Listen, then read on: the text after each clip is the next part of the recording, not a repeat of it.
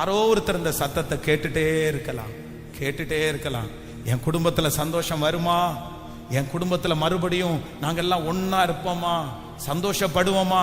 கணவன் மனைவி ஒன்னா இருப்போமா? சமாதானம் வருமா?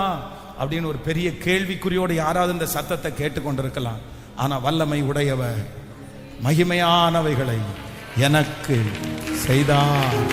வல்லமை உடையவர் மகிமையானவைகளை எனக்கு செய்தார். வல்லமை உடையவர் மகிமையானவைகளை. கைகளை உயர்த்தி இயேசுவே, இந்த தாயாருடைய அழுகையை பாருங்க, ஆண்டவரே. அந்த வீட்டுல வெளிச்சம் இருந்தும் அந்த வீடு இருளா கிடக்குதுப்பா. அந்த வீட்டுல லைட் போட்டும் அந்த வீடு இருளா இருக்குப்பா. அந்த வீட்டுல வெள்ளை அடிச்சும் அந்த வீடு இருட்டா கிடக்குப்பா. அந்த வீட்டுல சமாதானமே இல்லை. அந்த வீடு நாலா பக்கமும் பிரிஞ்சு கிடக்குதுப்பா. சந்தோஷமே இல்லப்பா. ஒன்னா உட்கார்ந்து சாப்பிடல, ஒன்னா தூங்கல, ஒன்னா வெளியே போகல. குடும்பங்கள்ல சந்தோஷம் எடுக்கப்பட்டிருக்குது.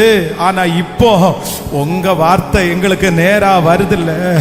இந்த முழங்கால் வலிக்க வலிக்க வலிக்க உம்முடைய ஊழியக்காரனாகிய நான் இந்த செய்தி கொடுத்துட்டு இருக்கும் போதே இந்த காரியத்திற்காக ஜெபிக்கிறேன்.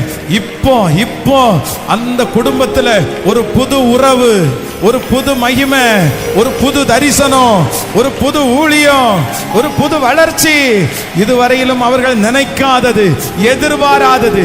ஓ ஹalleluya! அந்த குடும்பத்துல ஒரு புதிய சந்தோஷம் இப்பொழுது உண்டாவதாக. ஆமென். அந்த குடும்பத்துல ஒரு சந்தோஷம் உண்டாகட்டும்பா. மகளை குறிச்சு ஒரு சந்தோஷம் உண்டாகட்டும்பா.